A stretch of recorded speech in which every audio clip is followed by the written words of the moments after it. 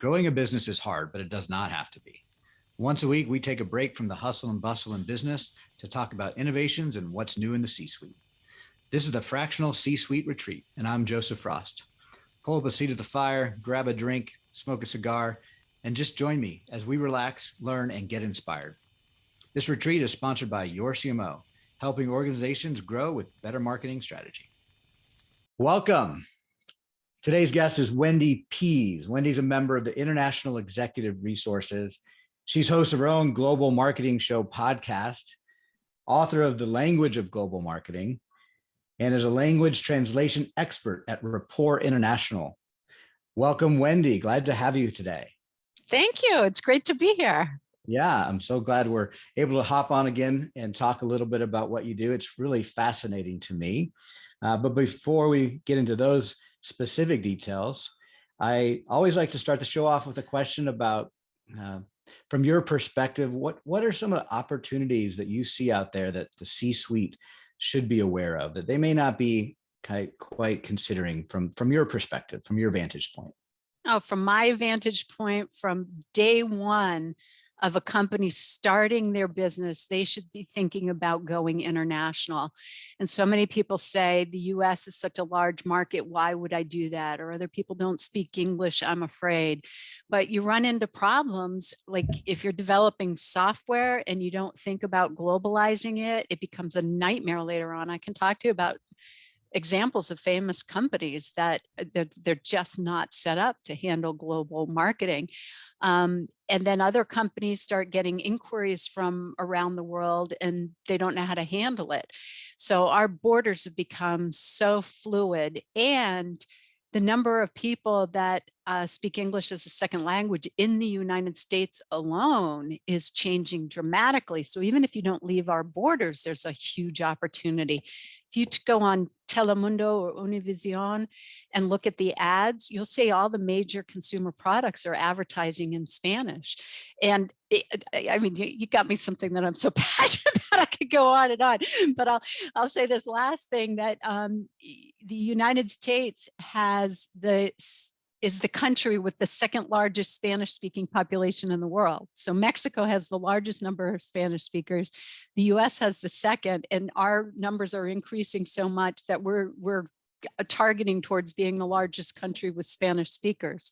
So like it or not, embrace other languages and think about that from your vantage point if you hold a C position.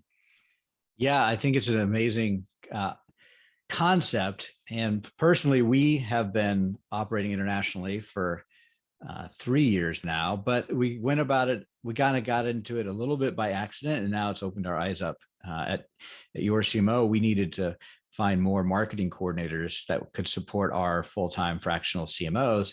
And we bumped into an entrepreneur organization member who had a group of employees that were working out of Mexico, and one conversation led to another, and we hired one of our team members out of Mexico, and we were surprised at just— Is that Adrian that you talked to? No, it was Jeremy and Gwen Aspen. They own a company called Anaquim, and they support the property management industry with back office support. And so they've built a 500-600 person operation in Mexico to do this work, all bilingual employees.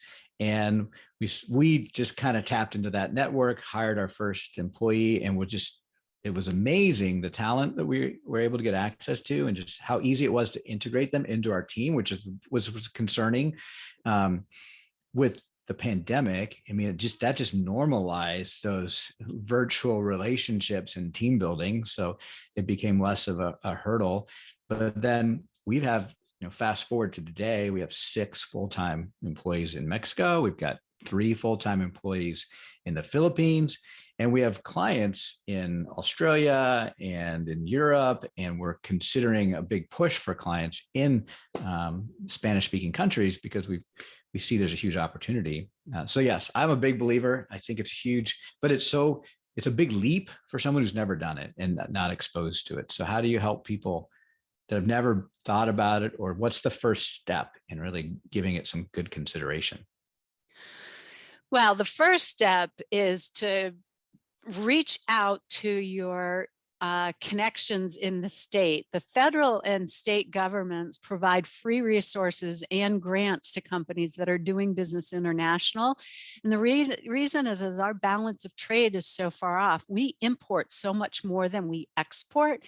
And so there are people in your state that will specifically help you. And then they've got contacts all over the world to help you grow into whatever country that you want.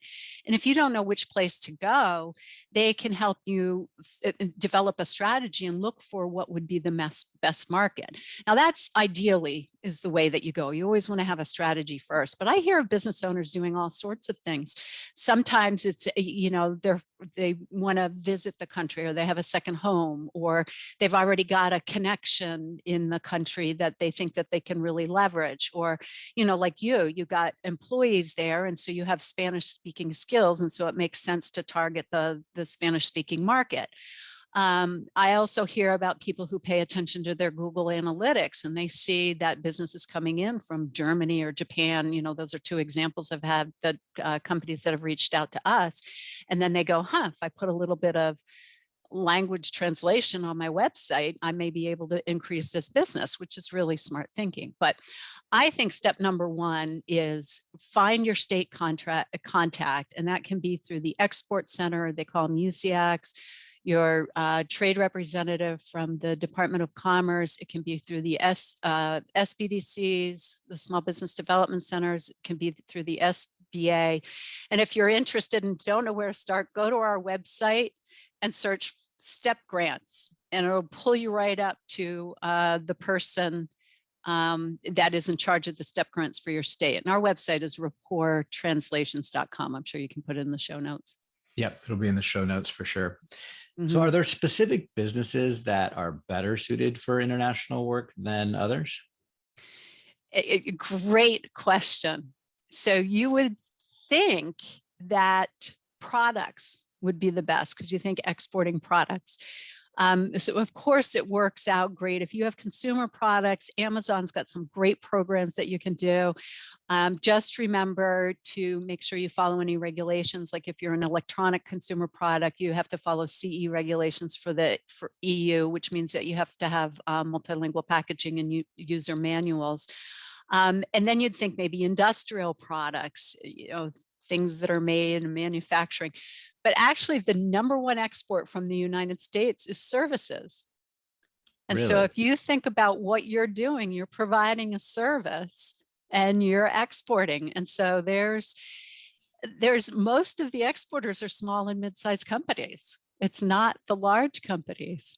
Yeah. And so it doesn't matter what you do. I mean, I say it doesn't matter what you do. If you own a dry cleaner or a local insurance agency or something that has to be very local. Notice I didn't say restaurant in there, and I'll get to that. A gas station, something like that. It's really hard to, you're a local business. You're limited by geography. Now, I didn't add restaurants to that list because if you're a restaurant and you create a secret sauce, or you've got some sort of recipe book, or you sell items that would be interesting to people somewhere, then what the heck, pop it on Amazon or ship it internationally or put it on your website, because you never know who might be interested in what you have. Yeah. Do you see an opportunity for franchises to translate and kind of go out of the country? And do you know much about that as it relates to whether or not you need to have specific franchising laws and stuff in different countries like you do in the US? Do you have any experience in that arena? I don't have experience, but I got a network of people who do. So I think with franchises, of course, you have the opportunity, because if you have traveled anywhere internationally, you can find a McDonald's and a Starbucks. Right. I guess Starbucks isn't franchise, but McDonald's is. And so there are so many franchises that are international. Of course, there's going to be an opportunity for that. So if you are a franchise or you could certainly look into it, and you'd have to either gain the rights to own a market there, or, look at what that would be. Now, there are all sorts of experts that help with entering the countries. And so you start with the free resources from the state and federal. But then I belong to IERG, which is the International Executive Resource Group, which is internationals that have, executives that have worked all over the world. So they would have connections. I'm also part of Softland Partners, which is an organization of service providers that's connected all over the world. And so if we need a question answered from another country, we've got access to people who do business there. And then plus there's EO, Entrepreneurs Organization, where you can get in touch with all sorts of business owners from everywhere. So if I had a client that was interested in doing that, of course they need translation, because anything they're doing in another country, they will translate, because I can cite research statistics on how people are more apt to buy if you provide in-language communication to them, instead of saying, well, they speak English as a second language. You translate, they're more likely to come, more likely to stay, and more likely to spend more money. Can't they just use Google Translator? Sure. Oh, that drives me nuts when I see the plugin on websites. I mean, if you go, I do this. This is what I do for fun. I search down websites in other languages. So recently I went to a Chinese website and I could see they had the Google plugin on it. So I switched it to English so I could read it, because Chinese isn't one of the languages I read. I know some words in it, like shi ni, but I did the Google Translate on it, and it was gibberish. I would never buy from a website that had that on there. And not only that, not only are the businesses losing money, you don't know what liability is going to come up. There's already been legal cases where people have used Google Translate, and there's been a medical situation, there's been a legal situation. It's only a matter of time when there's a product liability situation because somebody used machine translation. Yeah. So how do you help companies then from a translation process? Because I would imagine there's just a lot that goes into that. It sounds simple, just click a button on Google, but there's a lot more to do it the right way. Can you walk me through that a little bit? Yeah, so if you're watching any video, you can see I'm holding up a book. I wrote The Language of Global Marketing to help lay out the steps. You can find it on Amazon. Just look for The Language of Global Marketing if you want a deep dive. Now, I'll give you the highlights for it. So we have something that we call the multilingual flywheel, and I do presentations about this all the time, but it breaks down how you think about your multilingual communications. And it starts with strategy, then process, technology, and quality. And each of those areas you've got to think about. The highlights on that are strategy. You've got to make sure your corporate strategy aligns with your marketing and your HR, all the other groups. And then you have to make sure that that aligns with your multilingual strategy.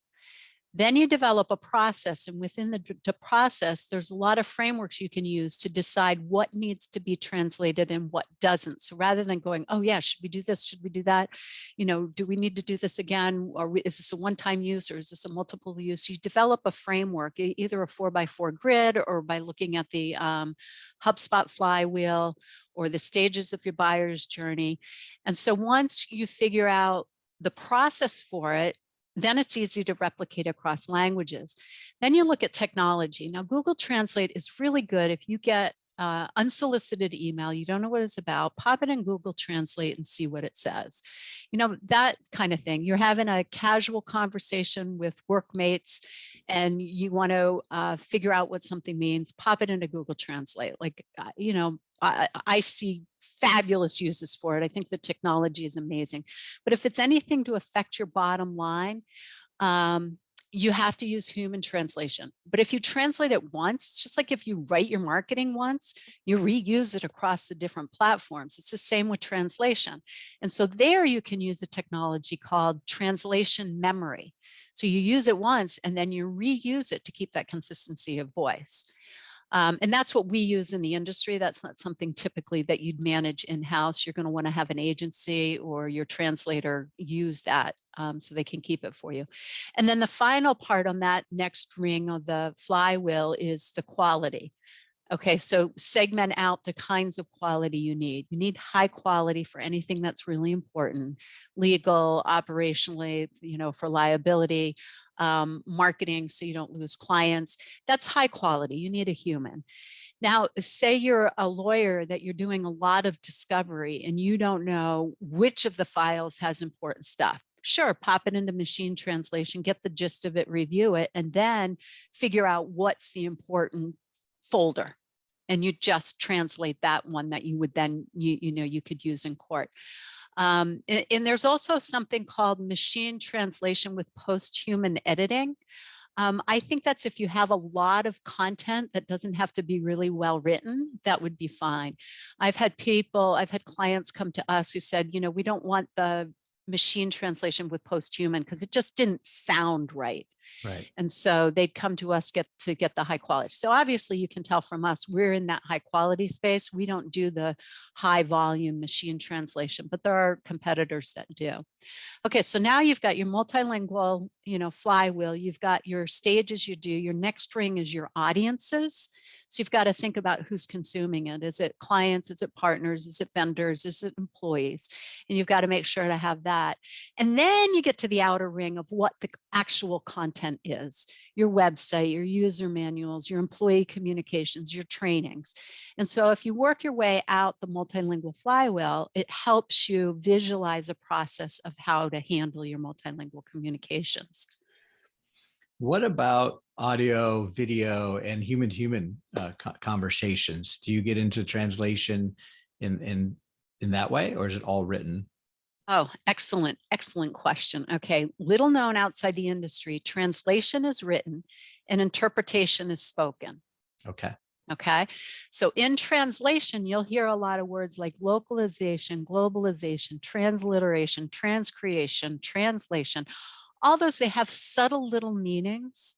Okay, we do all of those, but I never start the conversation, what do you want? I go, what are you trying to accomplish? What's your strategy? Then we can figure out the kind of translation that they're going to need, okay, the kind of written. If it's video, you have two options. You can do a subtitles, which are different from closed captioning. Subtitles are just the words in there to help with language understanding.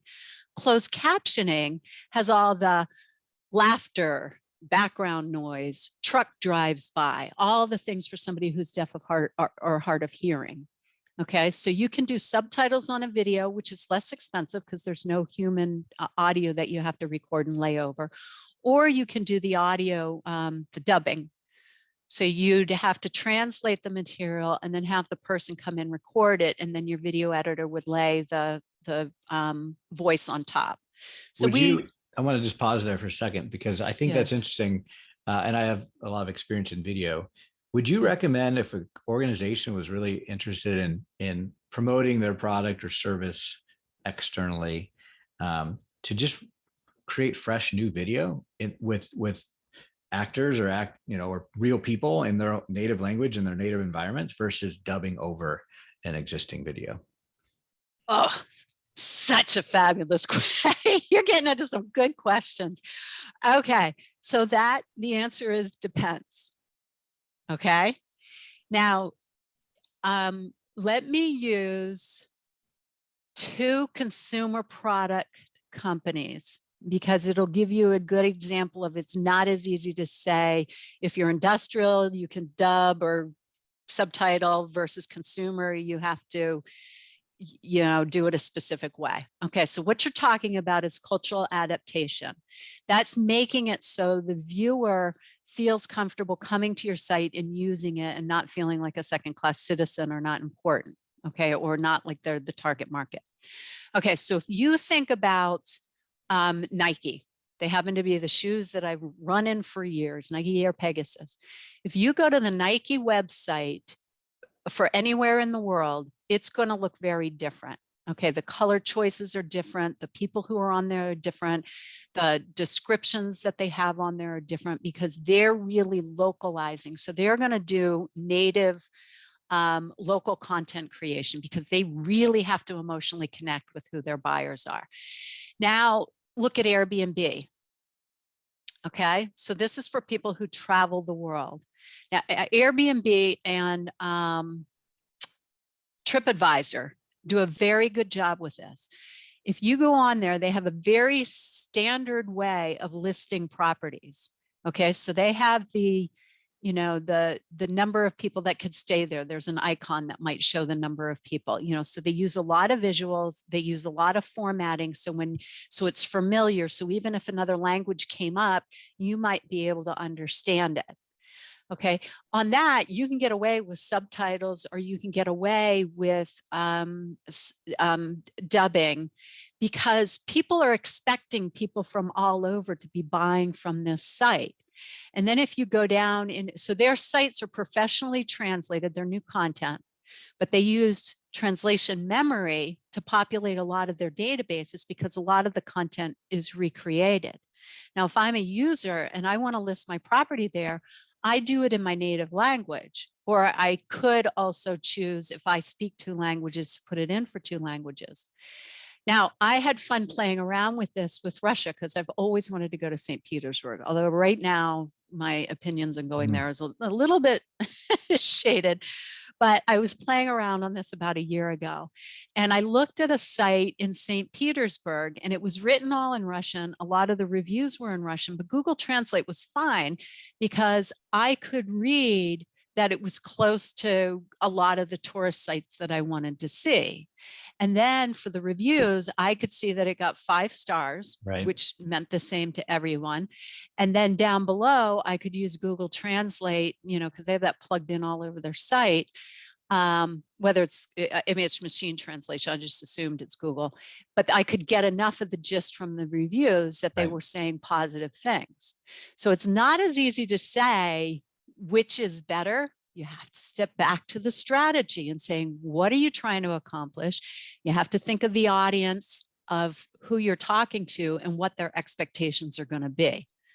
So the site is professionally done. They've avoided any liability. They've increased usership. They make it feel very welcome.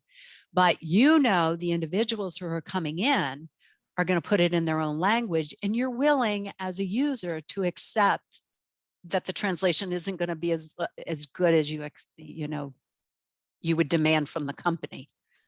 Yeah, that makes good sense. That answered my question. Thanks. There's a lot that goes into this. There's no real easy, straightforward answers. It does depend.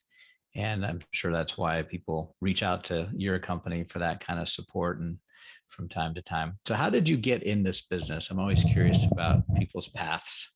I What have got you 2 here? kids, and I was laid off on both maternity leaves. Yes, it's supposed to be illegal, but you have to prove that it's discrimination. And one company was bought out, it was venture funded, it was bought out by another venture capital firm. And the other one was a large global public company. And they decided to do away with their corporate marketing department. So I was no longer heading up global marketing. And at that point, I said, you know, enough. I've got 2 young kids at home. I'm really tired of this corporate thing. I had owned my own business before I went back to the Tuck School of Business at Dartmouth College to get my MBA. And I had always wanted to own my own business before, but I didn't have an idea of what to start. I didn't, you know, I was kind of wondering, and I didn't want to be the person that provided the service. I like doing the business building and leadership and business development and networking. So I wanted to focus on that side of the business. And I met somebody at a conference, and he said, well, buy a business. And I kind of laughed, and I was like, with what money? I need to work. But that little idea was planted in my head, and I went and searched buy a business on the Google. Yeah. And came up with a bunch of business brokerage firms. And I had majored in foreign services, lived internationally, love languages and cultures, and came across this little translation company for sale. Owner had run it for 18 years. She was ready to do something else. I was ready to come in It was a natural. That's 17 years ago. We've grown it phenomenally. I got an incredible team. We've gone through, there was nothing called Google Translate, to how do we incorporate that into what our customers are doing. So that's how I became a business owner. Yeah, 17 years ago. So you've had a nice journey as an entrepreneur, I imagine, like most of us. Um, I'm really curious lately about leadership and this, like what that term means to different people. So as a leader of your business, what do you think of your role as the leader? How would you describe that? That's interesting. Years ago, when I was working with a coach, I wrote my job description, and I'm looking it up because I'm looking up at my bulletin board because I have it up there. And that's is the person who stands in the center, that helps make it all happen, establishes responsibilities and procedures to get things done efficiently and seamlessly.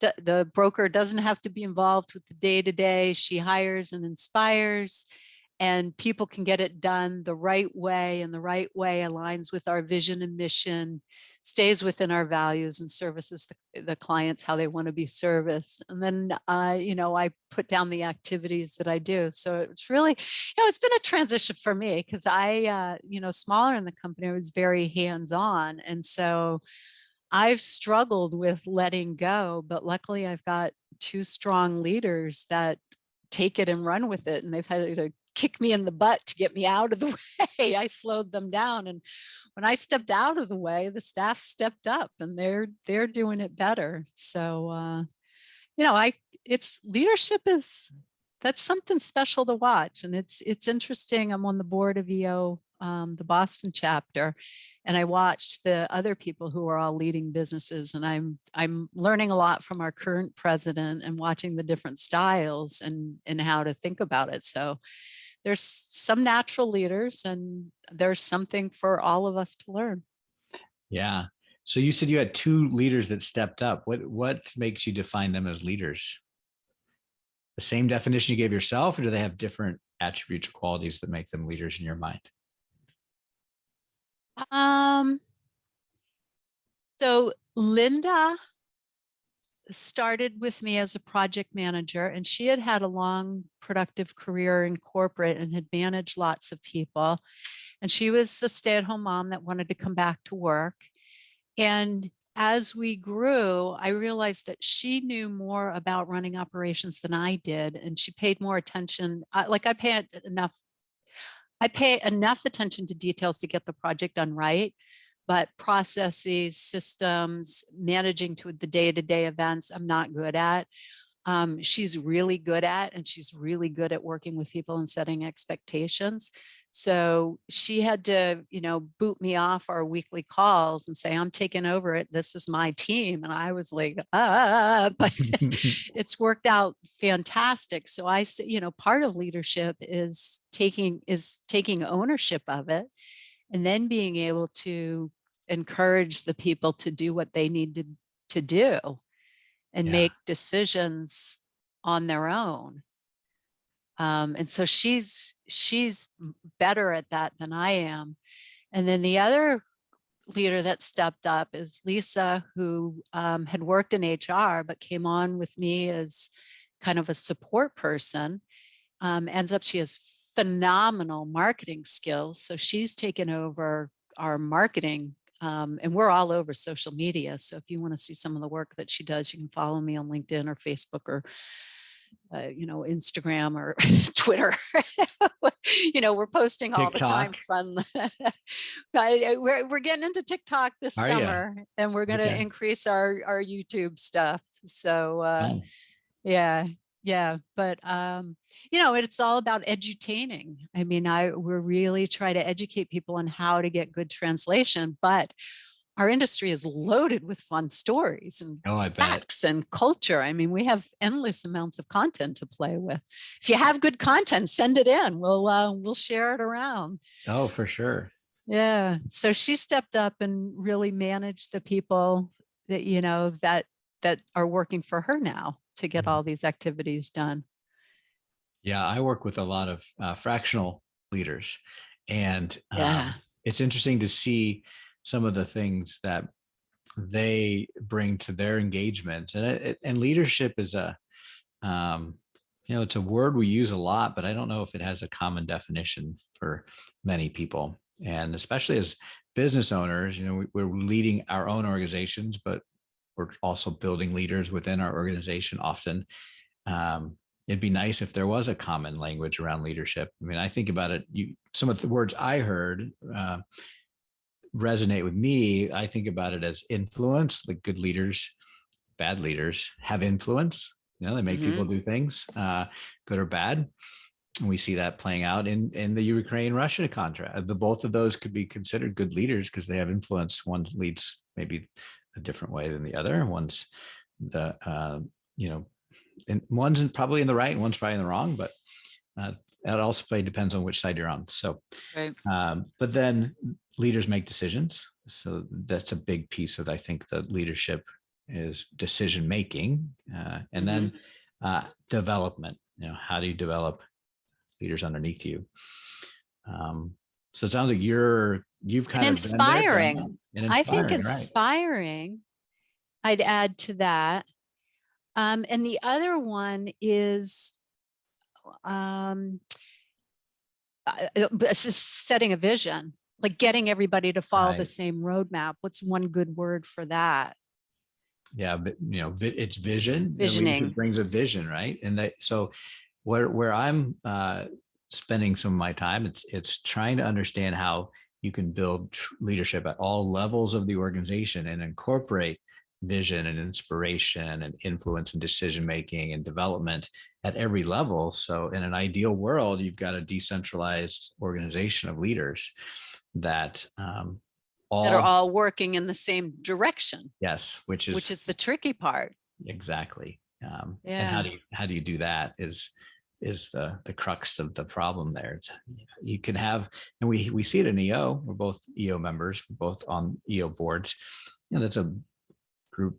You're in the midst of leaders. You're leading leaders when you run the board, but you're also leading your own role on the board. And there are so many different styles, but it does take a shared vision for everybody to do their own piece of it, to execute on their own piece of it. Right. Yeah, it's generally not a single person's vision. So it's like a collective process to build that vision as well. Yes. What's the saying about me and we?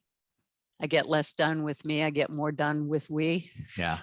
Something like that. But that's something early on. Every time I was stuck, my coach would say, well, have you talked to your team about that? And so now anytime I feel stuck or alone, I'm like, ooh, important conversation to have with the team. I don't have to swirl it around in my head. And then it's solved really quickly. Yep. Yeah. The whole fractional leadership is fascinating too, because if you're a long-term leader, it's a different skill set than a fractional leader. Because as a fractional, in a fractional, any kind of role, you've got to come in, be a leader, and get work done. Yeah, it's very different. It's unique for someone that has been a leader in an organization to then go out and be fractional in other organizations. There's different skill sets that they have to tap into.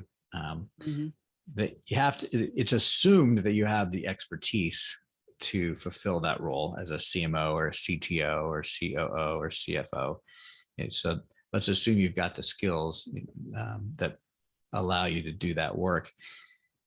To have the impact as a fractional leader versus a full-time leader, you have to do different things. Fractional leaders have to, as you said, show up and deliver almost immediately.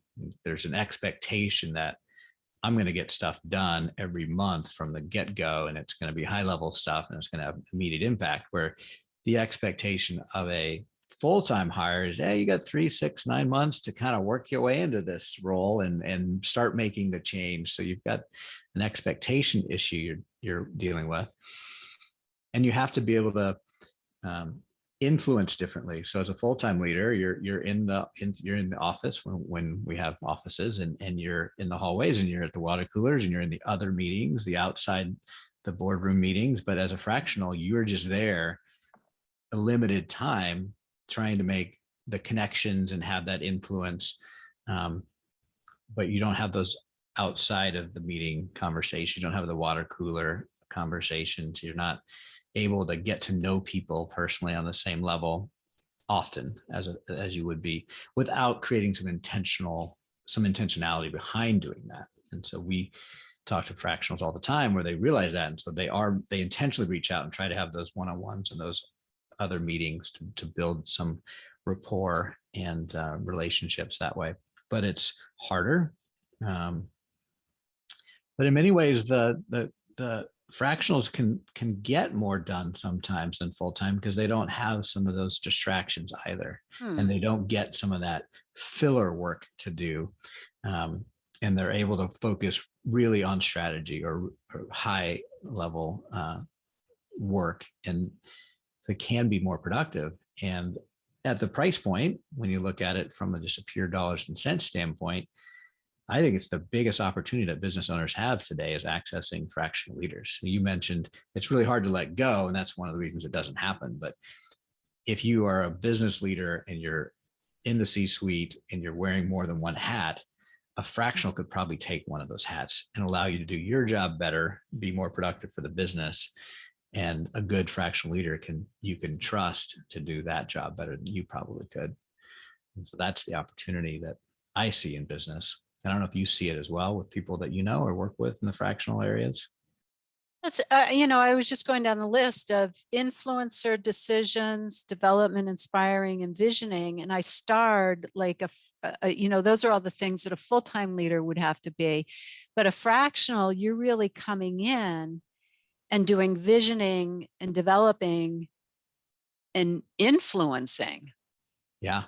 From right off the get-go. Absolutely. Right. So if you have a CEO that can make decisions and can inspire, then your job as a fractional is helping that vision get, setting a vision of what's going to be done in this area, and then let's get it done. And then I've got to influence the people that are going to get it done. Right. But you don't have to do all the relationship building and the inspiring and that stuff of the full-time person, and they have to make the decisions and support that's interesting. I hadn't thought about it that way.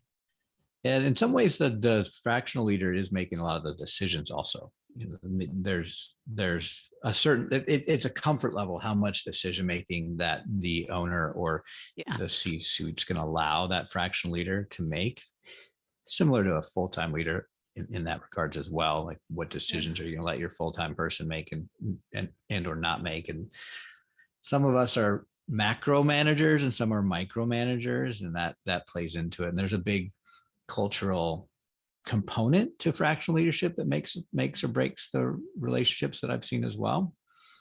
Say more about that. Well, there has to be a cultural fit. Now, it depends on the culture of the organization, what that fit looks like. So if their leadership style is very loose and soft and fuzzy, and you get a hard charge driven, I need accountability, I need this, I need that, there's not going to be a fit, and vice versa.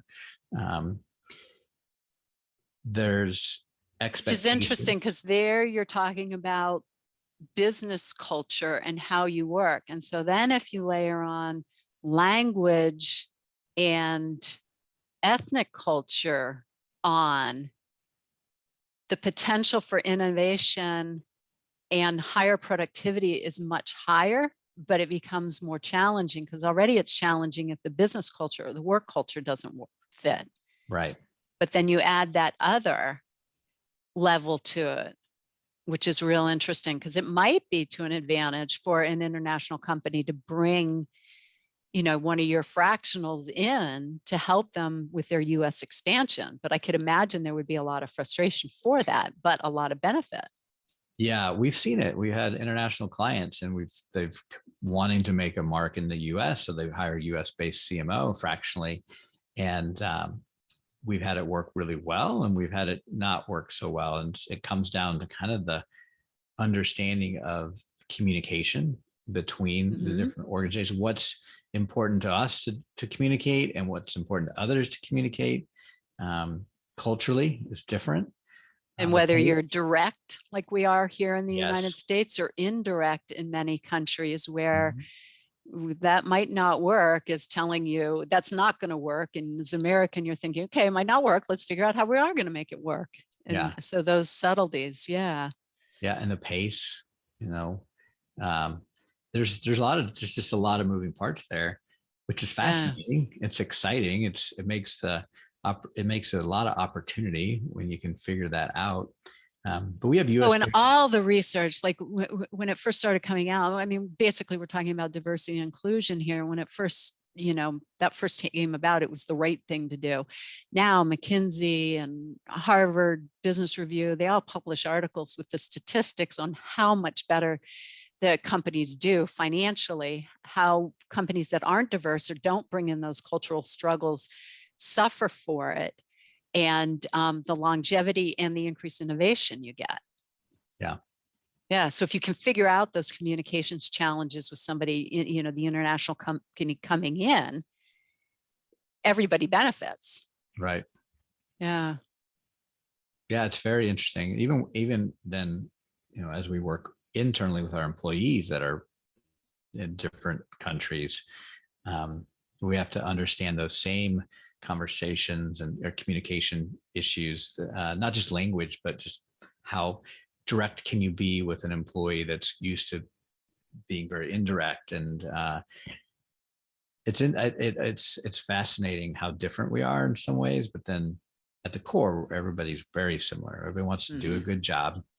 They want to Mm-hmm. improve themselves and the company and the people around them. And so there's really figuring out what those core fundamentals are, and rallying around that as much as you can is where we've found some success.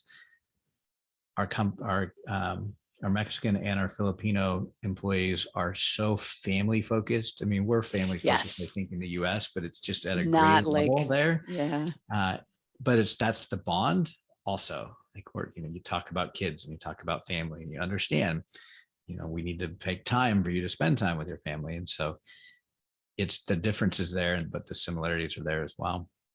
Yes. So I, as a child, lived in Mexico, and I lived in the Philippines for a little while, also Oh, wow. Taiwan. But yes, Mexico, and that was one thing that my parents loved, particularly about Mexico, because we were there longer. That there's just the enjoyment of family and children, and everybody was included. So it's funny. A number of years ago, I talked to a woman who had a yoga studio in a Spanish-speaking part of town. It was in the United States. And she said, I'm having a really hard time getting the mothers to come. And so, I thought about it with her a little while, and I was like, well, why don't you make it family yoga? And so she's like, that's a great idea, and you could easily do that and make it a community event rather than just for the moms because they need to take Right. care of themselves, because they're not going to do that. They value the time with the kids and their husband. So I should have kept in touch with her so I could tell you how it Yeah, it it turned out. failed But miserably. in my little mind, I like to think that everything was wonderful and her studio was highly successful, and families and kids and everybody loved yoga. Yeah, I bet you it was. I've gone to yoga with my children before, and it's always been a good experience. I could imagine that would track them to be able to come. Maybe they don't have to figure out daycare or whatever. Right, right, exactly. Yeah. So what else do you do for fun these days, Wendy? Well, I just got back from Florida, kind of just starting to get into travel again. And I took my senior in high school son down there to go scuba diving. I used to dive a lot in my 20s, and he just got certified. So we had a blast doing that. He's a fish, so he took to it naturally. And scuba diving in Florida was surprisingly good. I had never been. I had been all over the world, but I hadn't been there, and I enjoyed it more than I thought I would. Really? What part of Florida? I'm not a We were scuba diver, but for those that are listening, what's the good part of Florida to go dive in? We stayed on Looe Key, which is just north of Key West, and they didn't go out diving because the winds were so bad. Apparently, this time of year, the trade winds are strong. So even though it was 70s and sunny, and I thought we'd be fine, they didn't go, but they connected us to Key Dives, which was a great outfit. If you're going diving, there in Isla Morada.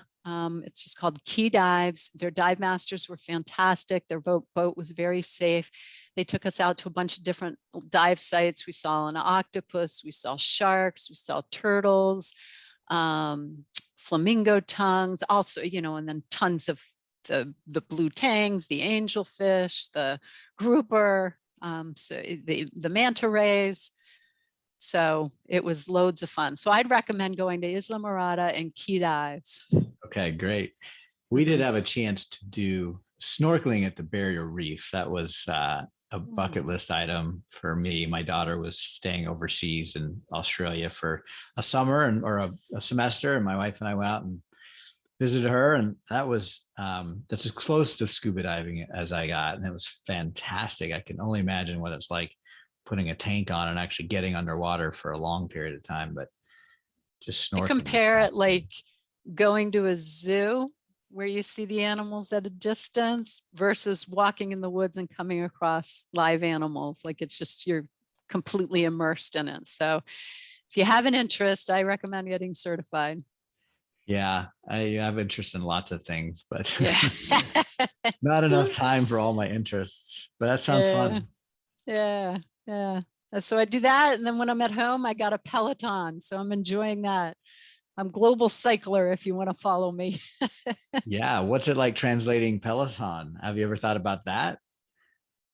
You know, they have German instructors and Spanish speaking instructors, and I speak more Spanish. I don't speak German, but somehow I'm doing a challenge for your core with a German speaking instructor. Okay. So I'm getting a kick out of that, but I keep meaning to do one of the Spanish workouts. I should do them all the time and get my ear back up for Spanish.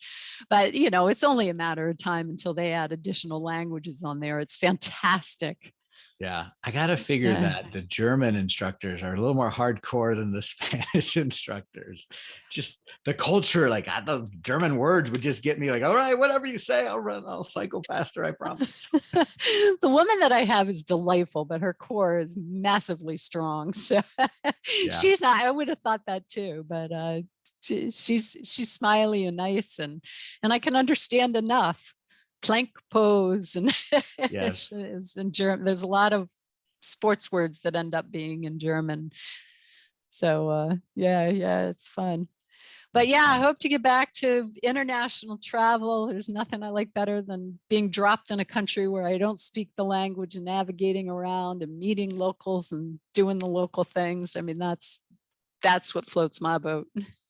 Yeah, I've been making it a priority to get some international travel in as well. And it's so exciting just to visit a new place, whether it's in the US or out of the US, but then a whole nother culture and a whole nother country. It just comes with it's exponentially more interesting, I think, to me. And I really want to learn Spanish so that I can spend more time in Mexico with our coworkers and team there, and then travel. And I have a little Spanish from my high school years, but gosh, that was decades ago, and I need to figure out how to get it back. Maybe Peloton's the way I can figure that out. And there you go. There's also I'll see if I can look it up right now, but there's a language learning app that is in New Hampshire, if I can find it, but they've been around for years. That yeah, I'm not finding it right now, and when I find it, I'll send it over to you. But they you know, you use any of the Duolingos or those kind of things where you can do it. But this app was really good. I went to see them once. They train a lot of the military. And by doing it on the app, you can actually record your voice and it gives you feedback on your accent. And you can pick different criteria, like if you want to learn business English or business Spanish versus travel Spanish or living there Spanish. So you can help change the vocabulary in. But, you know, as a language services provider, I always say you just need to speak English really well and then get an interpreter. Yep. Yep. You can, and we offer telephone interpreting that you can get somebody on the line within 20 seconds and help facilitate a conversation. You can add somebody into a Zoom call and they can help facilitate. You can have in person. So there's a lot of different ways. If you're hosting a big conference, there's actually a technology that we have that we contract to sell, that the speaker speaks in their native language. And then if you download the app for the conference, you can click it and it'll give you the transcript in language. So it's like a Google Translate. It's not good, but by the time you hear English as a second language and then have Spanish there, if you're a native Spanish speaker and can read along, it's two different ways you're taking in the language to help. And it's a lot cheaper than hiring a simultaneous interpreter. Yeah. So for those of you out there who don't have an interest or don't have the skills to learn a second language, don't be afraid of doing international business, because you can do a lot with a little bit of assistance that can give you a great big ROI. Yeah, that's great to know. And I've been on Zoom calls through EO on a global board position where the Japanese speaker member, just like me, a peer of mine, doesn't speak any English. Everyone else is pretty well spoken in English, no matter what country they're in. It seems like that's some of the language of business. But nonetheless, on the Zoom calls, he's got a translator. And when he's speaking, you can go in on Zoom and you can say English version, and you're hearing the translator and you're not hearing him at all. Yeah. And if you turn it off on native, you're hearing him. It's so fascinating how the technology has allowed that to happen. And if you just select it at the beginning of the call, every time he speaks, you're always hearing the translated version. It's like, I don't know, it's like Star Trek or something. They got machines on, like, oh, I can hear you saying. That's great. Yeah. Now I'm pretty sure they have a human behind that, right? But yeah, there's got to be a human that's also on the call with us. I don't see her ever. There's some automated functions that aren't good that you can do that, but Zoom's platform is built to have somebody in there, and we'd provide interpreters to facilitate that conversation. So you can set it up that it would have the option and you can pick it. So it's fantastic. Well, that's and those people. The simultaneous interpreters are fascinating. Imagine listening to something and then having to repeat it at the same time you're taking it in. They say they're not even processing the language in the meeting. They're just repeating it because they're just so focused on the words coming in and out. So they do it for about 15 or 20 minutes, and then they tap out and somebody else will come on, because it's just such a concentrated thing. Even as a speaker, you have a moment to stop and collect your thoughts, but as the interpreter, simultaneous interpreter, you don't. Wow. Yeah, I didn't think about that. That is pretty taxing on them. I've seen when in my video business that I was involved with, we would have an actress come, and she'd have a script that she would work on, and she would record the script herself, and then she would play the recording into her ear, and then she could just interpret the script, and she didn't even know what the words were. Like, she didn't even care what was in the script. She just listened and spewed. And it was fascinating. Like, that is some sort of talent. I can't believe you can do that well. Oh, I mean, the linguists that we work with are amazing, because you've got people that can do that. And then you've got translators who are like writers, that they, quote dictionaries, they do research, they're very thoughtful. A lot of them have advanced degrees. They've had other professions and they come to this. So, they're the more thoughtful, writery people. And then you get the consecutive interpreters that are running around making sure everybody's taken care of, like at doctor's appointments or depositions, business meetings, where one person says something and then the interpreter says it and then the other person repeats. So they're like a cultural cultural conduit, because they're trying to make sure that those people are getting along and understanding each other. So when you look at all these linguists, and that not only are they bilingual, but they've got deep subject matter expertise in each area, and then their skill sets are so different. Fascinating. So, yeah. Yeah. So don't ever discount them. Give it.